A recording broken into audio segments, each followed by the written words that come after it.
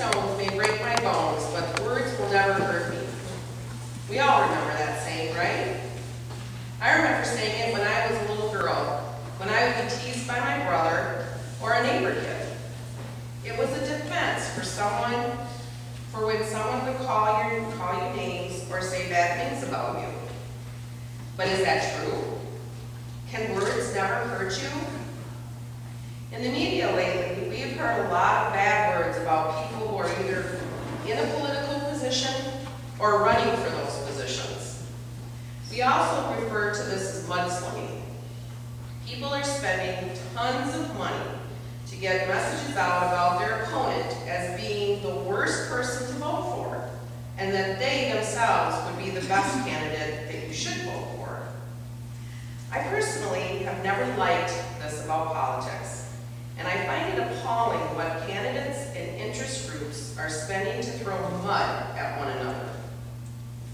This money could be used for so many other good things in our society. But that's another sermon for another day. Do words have to be spoken to be hurtful? No, on the contrary. Sometimes written words can be much more powerful than the spoken word. And why is that? Because it is left up to interpretation. In the business world, we are told when we send an email never to put it in capital letters.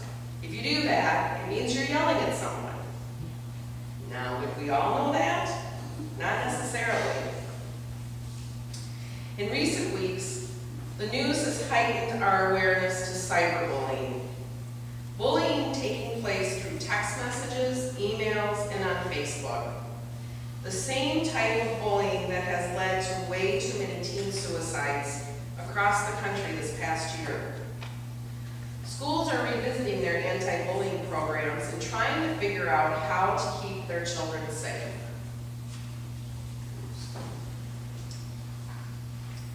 Keep our children safe from hurtful words. I find this a little ironic.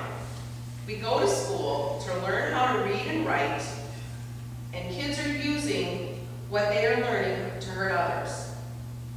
When I went to school, I felt that it was one of the safest places to be.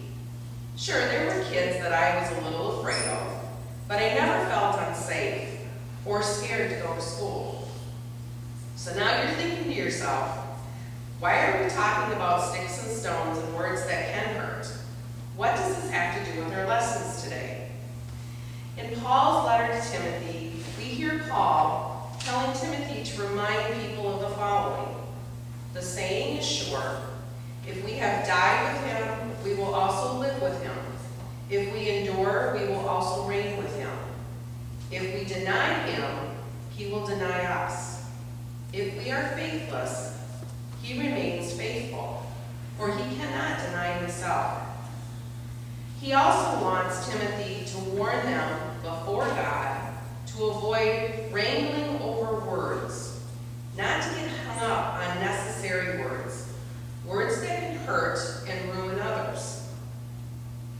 This is one of the last letters Paul writes from his prison cell. So we can also use the same famous last words for this sermon today. Paul is trying to share with Timothy all his wisdom and instruction for helping Timothy to be successful in sharing God's word with all who will listen.